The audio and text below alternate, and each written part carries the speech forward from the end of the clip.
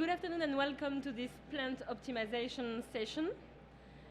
So you know that AD can solve many problems and we need AD to be able to tackle emissions, to get to net zero, and we have a lot of things to do to get to have better yields on AD plants. So the AD industry needs to have a lot of tips and to work on innovation and to support the growth of the sector. So we usually, when we think about plant optimization, we usually think about biology, microbiology, or okay, how can I do better or more with my feedstock or my biology? Today we will try to focus on different kind of things. So I won't speak before the speakers, but you will get very interesting views on how to enhance the output of your biogas plants with other ways than only biological, to focus on biology, sorry. So we'll have the 4 speakers giving their speech and we'll have all the questions at the end, so please just save your questions, write them down if you want, and we'll take some time at the end to try to answer to all of them. So I'm delighted to welcome our first speaker, so Rory Deledda, Global Product Manager, Biogas Solutions at Air Products, will speak mainly about some kind of membranes. Thank you. Thank you, Charlotte, for the introduction. Let me quickly cheat sheet. Well, thank you for being all awake. So I'm Rory. I work for the Air Products Membrane Solutions team. People know Air Products probably from the hydrogen production, but we actually have a really long history of being active in the renewable gas sector. Okay. Is it working? Yeah. So we've actually been active in the renewable gas sector since 1980, where we first used a gaseous membrane to separate methane from CO2. And people here currently are well aware that membrane is becoming the most dominant technology in upgrading biogas, not just in Europe, but all over the world.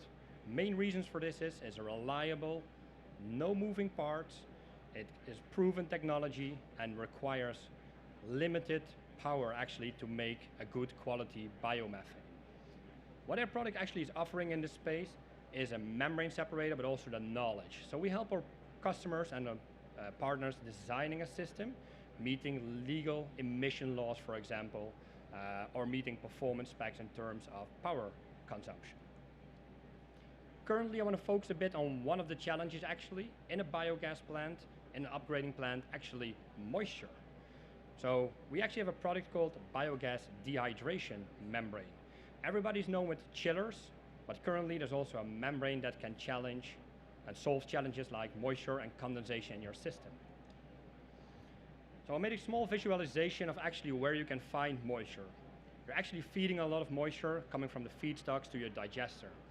The gas made in the digester is wet. It's wet gas that needs to have moisture removal to prevent corrosion issues later downstream. So when moisture is not in control, that can lead to big problems. We had some market feedback here, people telling me, I'm finding corrosion issues. I'm having a downtime on my plant. How can I improve my plant? Can you please help me? My liquid CO2 was not on spec, so even endpoint usage has problems with moisture control. So basically the challenge we put onto an R&D team is, can we control the moisture? And can we control it effectively? So, of course, we already had the gaseous membrane in place. And we all do have a long experience in membrane dryers and compressed air technology. So why not combine the two and come up with a membrane dryer that is capable to work in biogas conditions? So the membrane basically consists of a couple of thousand hollow fibers where you can feed the raw biogas into, and the moisture permeates out of the membrane while all other components like methane and CO2 stay in the fiber and come out dry at the end. So this is a visualization of a membrane. You feed the gas, and you take a small stream, like 0 to 5%, depending on how dry you want to have the gas actually, and sweep it back in the membrane to dry the membrane eventually. So you have limited product loss, but you achieve a big performance increase in terms of membrane or moisture reduction there. The benefit is no consumables, no rotating parts, no mechanical chiller, no power, and actually reduced maintenance time. So how can this membrane actually improve your system? It's actually improving the thermal efficiency improvement. By reducing moisture, you can get a better burning coefficient on your biogas. Also in transportation, for example, lower concentration of moisture is lower transportation eventually of your gas. We can do interstage dehydration. So, for example, after you compress your gas stream, you can remove the moisture again. You can use a mechanical chiller, or you can use a membrane dryer for this.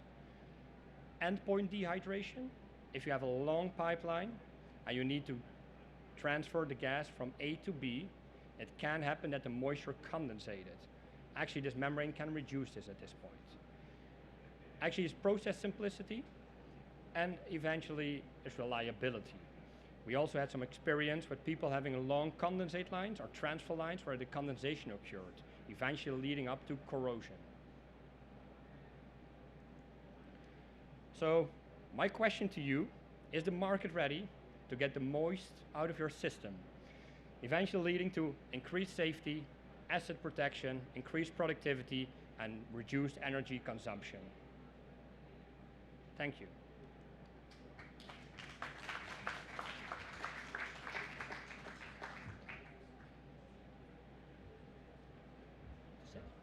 Sit down again. Thank you very much, Rory. Very interesting to hear about biogas membrane, not for upgrading, but for dewatering systems and biogas.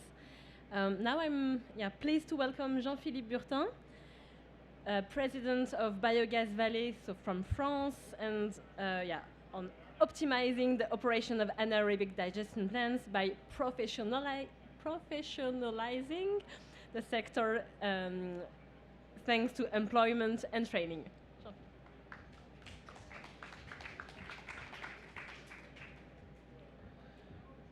Good morning. I am delighted to have crossed the channel to be here today, surrounded by the decision makers who are going to make this green transition with the great energy of biogas.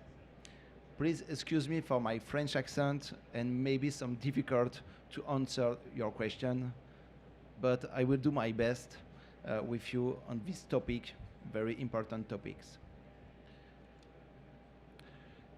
1607. What is about? It's a number of installations that produce renewable gas in France. Actually, the Ministry of Ecological Transition lists 966 installations producing electricity from biogas.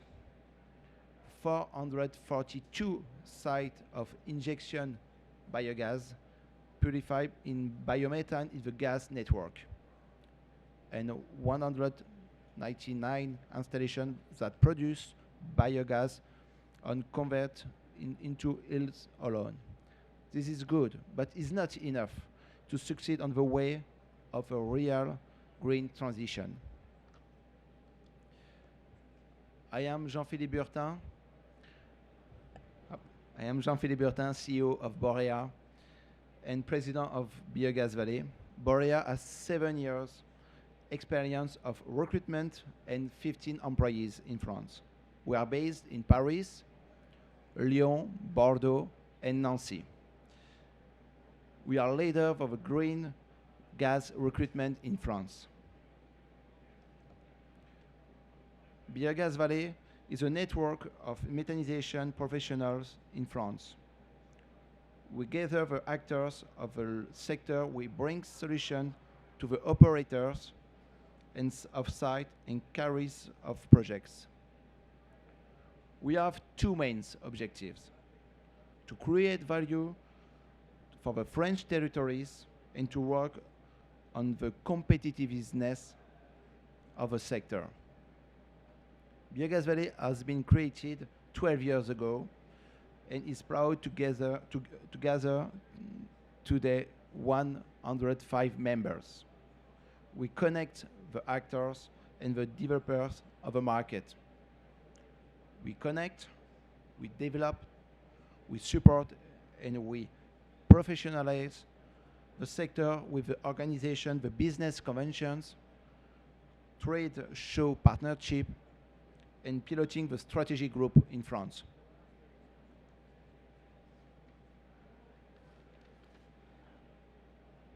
In France, we have two types of projects on hold with high production capacity. 122 projects on waiting list at cogeneration energy. 886 projects on waiting list at injection projects. 6 new green gas biomethane installation other than methanization, that pyrogasification, are planned for the capacity of 285 gigawatt per years. Sorry. And Boréa works on the whole value chain of the sectors. We are recruiting France-wide engineers and manager, but also operator of methanization site. A strong demand of recruitment on project is currently ongoing. The biogas is a growing sector with high recruitment needs, among which itinerance maintenance technician. There will be an increase of 50% demand for this profile in the last 12 months in France. We recruit many technical skills and high mobility in France. Those profiles are difficult to find. For the second one, biogas site operation manager, we are looking for engineer profiles with strong field skills and high-level technician. And in parallel, we are always looking for business developer and engineer.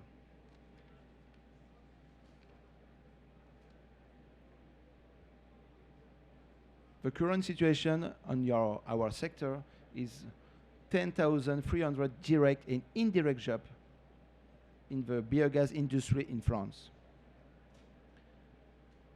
The number is increasing from more than 70K to more than 53K. Why? Because it's directly related to the government decision linked to the Pluriannual Energy Program, PPI. On this graph, you can see in blue the most significant jobs pools that inform by jobs related the operation of anaerobic digestion unit. Those opportunities will lead to boost employment in rural area in France. The most important here is that we create 3 or 4 jobs on each biogas unit in France. For your information, we at Biogas Vallée has launched a guide carried on by Green Innovation, the partnership with Biogas Vallée. Our objective here is to inform and attract talent to the sector, biogas professional, and employment and communication and training opportunities. Each year, Biogas Vallée actively participates in biogas events. Expo Biogas in Strasbourg, Polytech in Lyon, and different in France.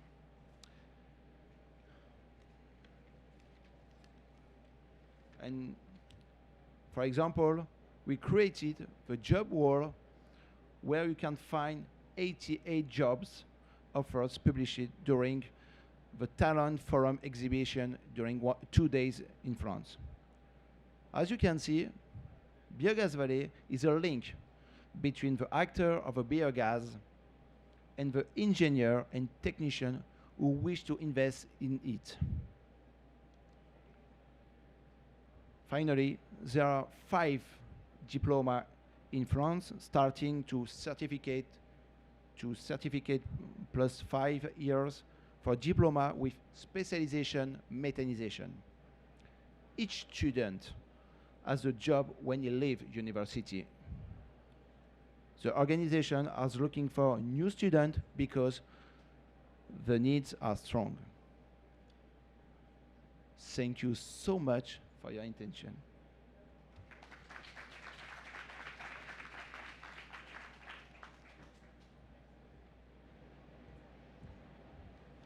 Thank you very much, Jean-Philippe. Very interesting too, the French example. And we'll stay with the French accent with Mhamed Bendaoud from Biogas View, who will present us a software and how digitalization can help AD operators in their day-to-day life.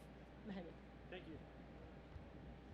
Indeed, ladies and gentlemen, sorry to be obliged to face again an French accent.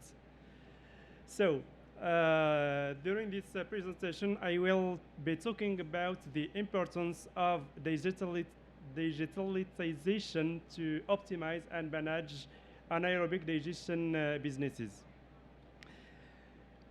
And I will illustrate my points via some screenshots from our application in order to show you what dedicated software looks like. But before, please, sorry, okay. Please allow me to give you a quick presentation of our society, our company. So we are an IT provider dedicated to biogas sector, especially anaerobic digestion sector. Since 2014, our engineers, IT engineers, and AD experts have been imagining and developing solutions in order to bring more and more value to the sector and to our customers. Today, our solutions are used in more than 100, sorry,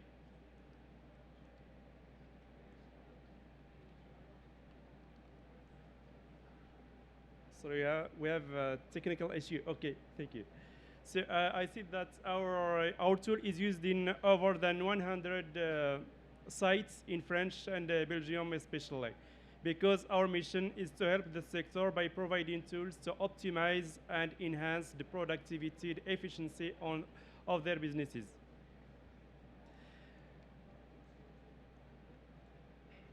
So why is it important to digitalize this sector? Some history. Before creating Biogas View, our founders were commissioned by French government to perform an audit on the first units in France between 2011 and 2013. One of the main conclusions of this audit is that these units, these sites, were lacking tools to manage their data, especially. A lot of them use a lot of paper, sometimes software like Microsoft Excel. But given the specificities of this sector, even generalist ERPs, I mean enterprise resource planning systems, are not suitable. Indeed, managing an AD business required to collect a huge number of data. For example, data related to feedstock, characteristics, origin, traceability, quality attributes, data to check and to match supplier invoices, data to generate customer invoices for digestate shipments, for example.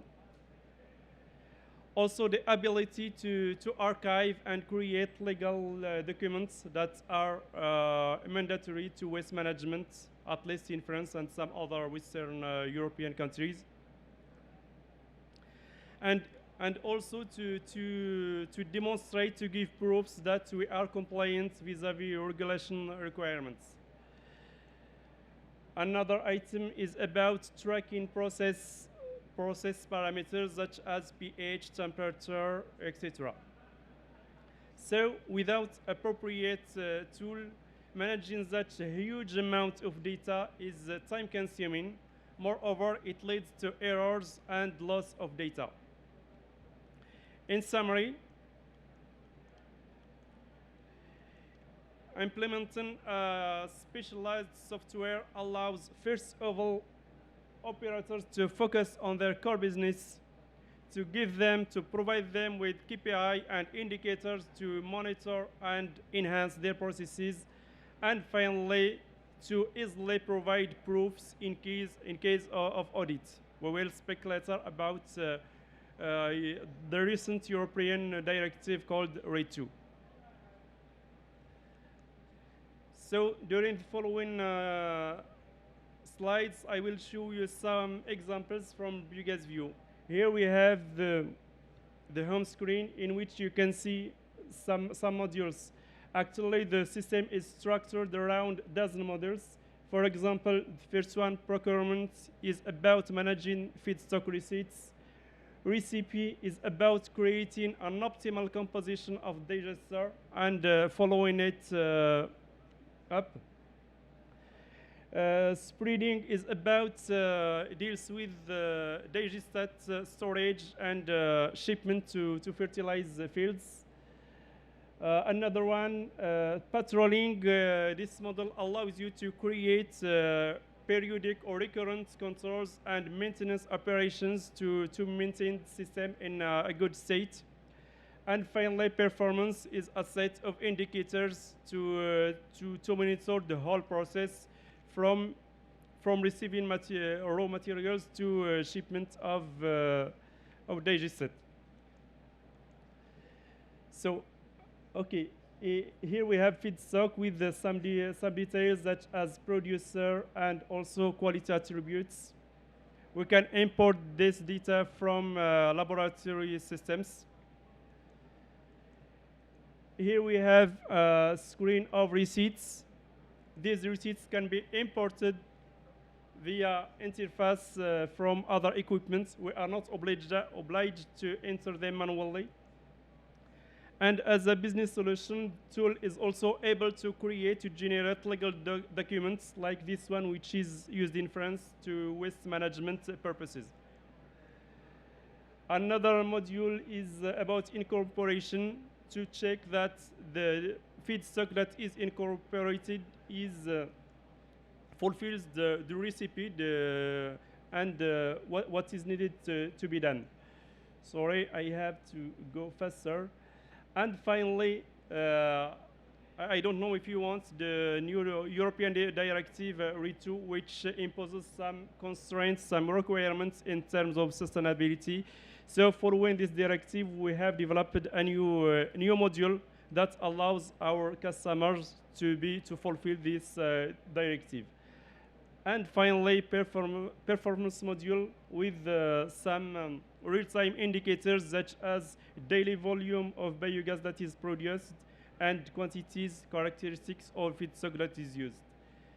Thank you very much, ladies and gentlemen. If you have any question, you can get in touch with us, and we will be happy to provide you with a more detailed demo. Thank you.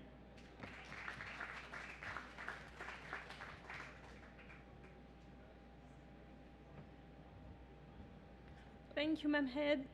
Very interesting also to understand how Biogas View is used in France. So I'd like to welcome our final speaker, Ian Hunter, General Manager Renewables at Camlin Group, who will talk to us about how to efficiently remove some volatile organized compounds.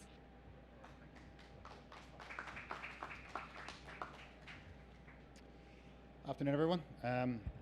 Thanks all for sticking around to the final talk. I can't promise it's saved best to last, but hopefully it's okay. So in this session, I'm just going to talk about how VOC monitoring can be important, particularly for biogas upgrading projects, especially food waste projects, how you need to monitor your VOCs to help to optimize your project. So firstly, where are VOCs coming from? VOCs are mainly coming from waste feedstocks, food waste projects, municipal organic waste, landfill, gas, or agriculture projects with some waste in them. And obviously using waste feedstocks for biogas production is very important for the net zero and methane pledges as well. So by VOCs, we're talking about components such as cymene, limonene. Limonene coming from the digestion of citrus fruits, cymene's coming from all sorts of food waste, acetone, mac.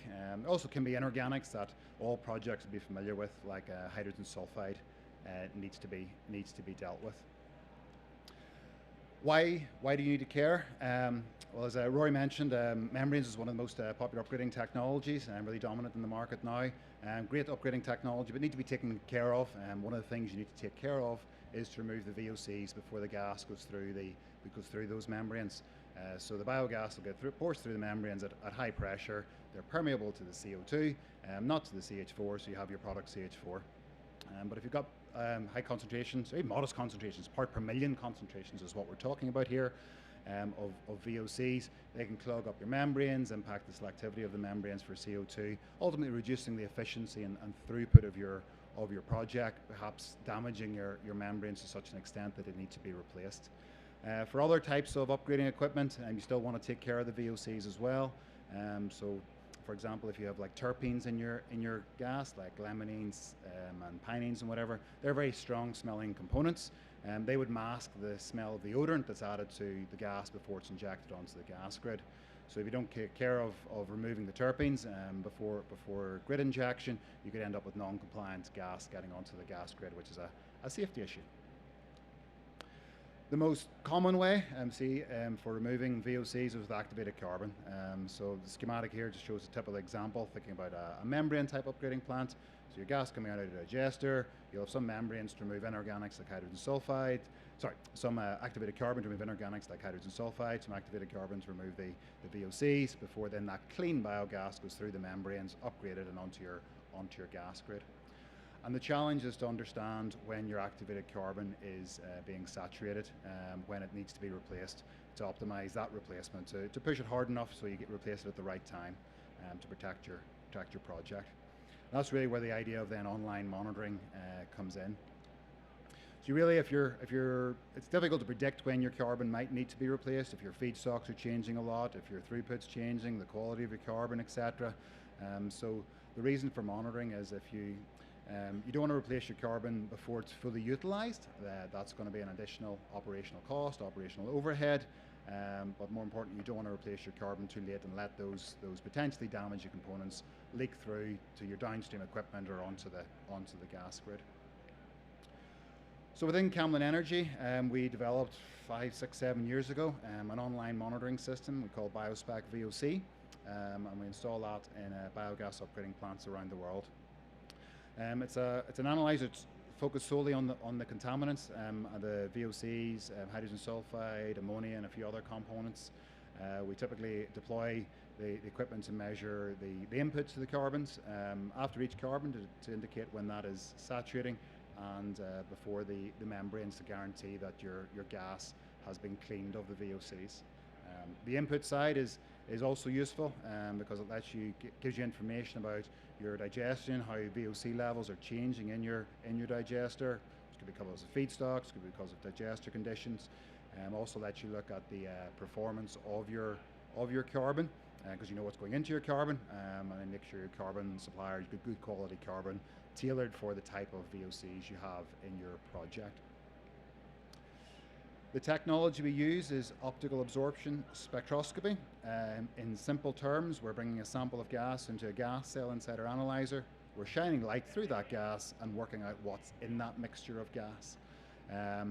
With this type of technology, we chose this specifically for something that would be robust enough for online monitoring in biogas plants. Very simple to install the equipment, bring power to it, bring some sample lines to it, switch it on, it's good to go. It's got no carrier gas required, so unlike gas chromatography, where you would have some carrier gas, consumable ongoing, we've no consumables in our system.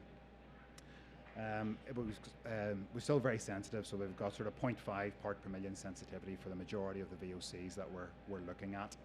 System does need to be recalibrated, and a single system is suitable for multiple points around the gas grid. So it's giving you that online monitoring at different points around your project. One of the important things is we don't just measure total VOCs, we do measure individual components, individual ketones, individual terpenes, and that's important because different components leak through your carbon at different times. So the graphs here show the system monitoring after some activated carbon filters. Along the x-axis is just time. So we can see at the beginning the carbon was removing everything as it should be. And then after a period of time, some of the lighter ketone molecules start to leak through first. So on the upper two charts, we can see acetone and MEC start to come through first. And then a few days later, we start to see some of the larger components like cymene and some of the xylenes then come through a little bit later. The red line shows here where the customer changed the carbon for fresh carbon and then everything dropped back to zero again. So by measuring individual components, that early breakthrough of MEC and acetone can give you that sort of first indication that my carbon is starting to saturate and start to take then some action to plan a replacement of that carbon. These two charts show something similar, and the left-hand chart's looking at the level of VOCs in raw gas. The right chart is again after the carbon filter. So in the raw gas, we have tens of ppm of a few different components are shown here: cymene, limonene, and MEC. On the right-hand chart, we see that everything's been fully removed for a period of time, and then we start to see MEC leak through first, again as it showed earlier.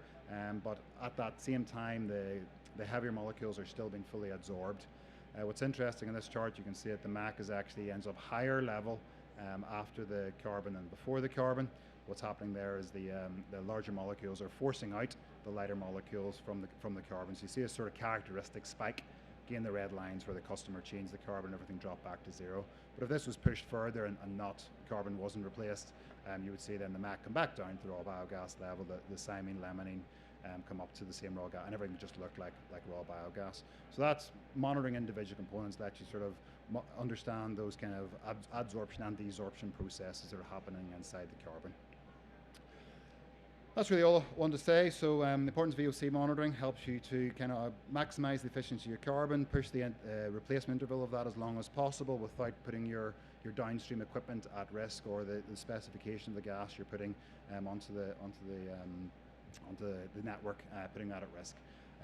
Our technology has fast become kind of the de facto technology for VOC monitoring online because it's robust, it's reliable, it lasts for a long time. We're working with the majority of the equipment providers, especially those using membrane technologies for upgrading the gas, as well as doing stuff directly with end users as well. I think my time's up. Thank you.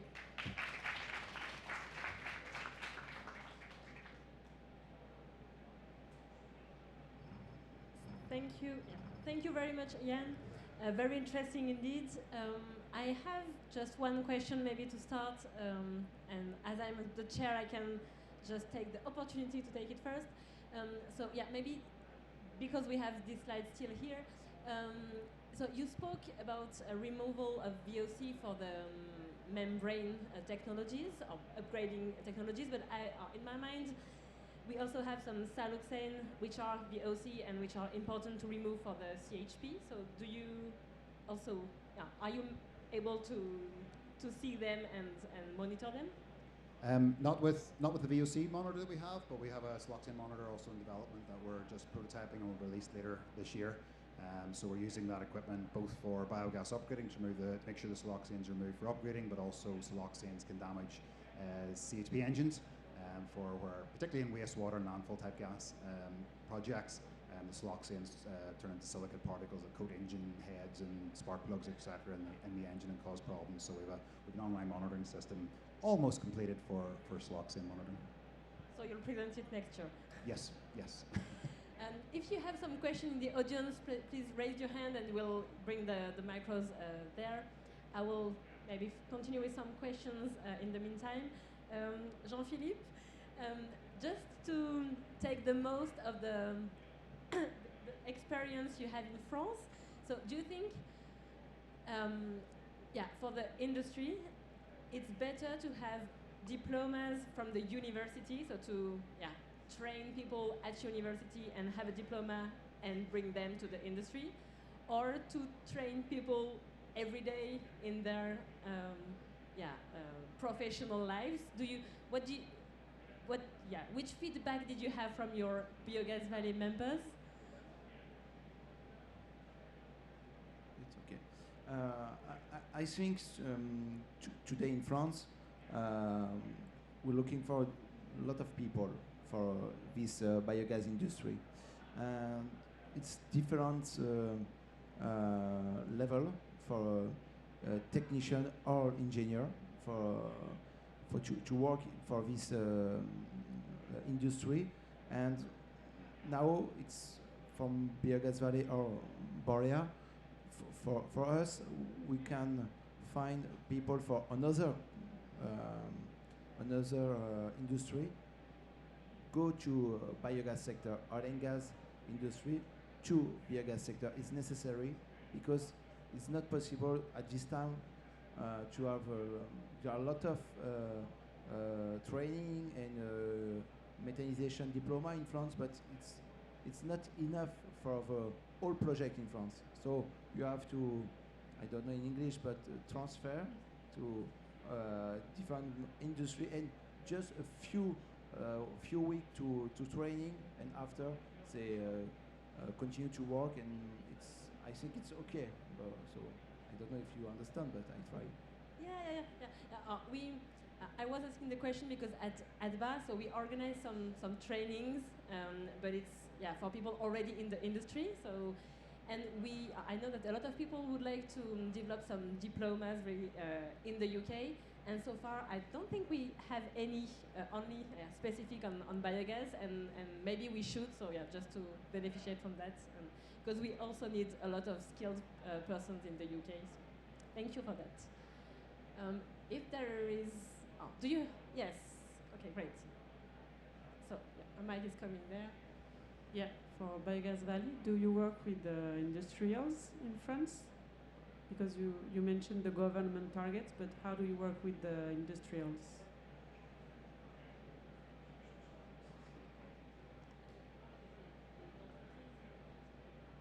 Just translate, I'm sorry, for it, sure. Yes, we work with different industry. For example, Total Energy is a member of Biogas Vallée, Terega, Azola, and NG. So we work with French company, and we have a link with government, because we have to create the future rules to have more biogas unit in France. But because if you compare German and France, in German 12,000 units, I think so, and more, yes. In France 1,600. So we are a little bit late. But because you have more rules in France, so company try to explain for the government what is a good way. It's not easy in France, but each day I je prie pour que ça marche. Voilà. Thank you very much. Other questions? Yeah. Thanks. For Air Product, I forgot your name, sorry. Rory, don't worry. Okay, it's okay. So what would be the main advantage of using membrane to dehydrate the biogas compared to the current technology? As far as I'm concerned, the plant that I work for, they have already that removal process in place. Good question, thank you. The current technology is based on mechanical chilling. So it has rotating parts. It's relatively expensive. It needs to be of high corrosive metals, because you're actually condensating the moisture out of it. So two things, it's relatively expensive, and it consumes power, and rotating parts, it needs maintenance. So the benefit of the membrane, it's a static piece of equipment. Has no rotating parts, doesn't consume power, so you're basically saving money there. Does that answer your question a little bit? And one of my questions maybe around that, you have to have a driver to have a separation in the membrane. So I guess you have, is the pressure the driver for the moisture separation? And if yes, then isn't it energy to? So we heard Ian's story about VOC impact on membranes. So it's indeed very important also for the dehydration membrane to reduce or remove VOCs from the system. So the membrane can be used in a pressurized stream, which is basically downstream of the compressor. So your driving force is pressure, which you already have, and the reduction in pressure loss is like 0.1 bar G. So it's very, very little, and you won't actually notice the impact eventually on your end use. Okay, great. Thank you very much. So I understand maybe related to your question that you don't use before the compressor because a lot of AD biogas plants dry it before carbon removal, for example. So it's another step of drying. Yeah, so the drying before the compression step is bulk drying. There are better solutions there, I would say, especially on lifetime, etc. And indeed, the membrane is still a polymeric membrane, so it is a fragile piece of equipment. It can handle some, but you need to take care of it. Very interesting, thank you. Do we have other questions in the audience? Yes?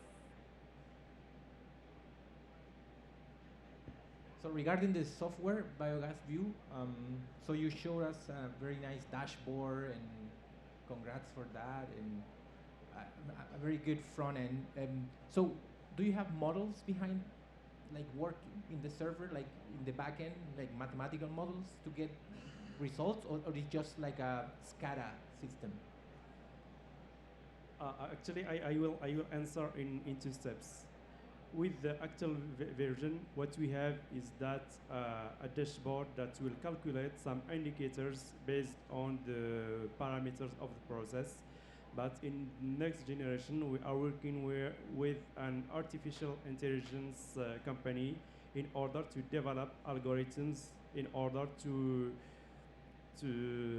take advantage of this huge amount of data in order to create something more interesting with them. Thank you. Thank you very much. And yeah, I had also a question for you, which is, how long does it take to implement the software on an AD plant, which already exists? 1 week, less than 1 week. Okay. To train people and to deploy interfaces with equipment. So you don't have to tailor some parts to the specific AD plants? Yes, we have to tailor costs according to the volume of feedstock that is processed. Thank you very much. Do we still have some questions in the audience?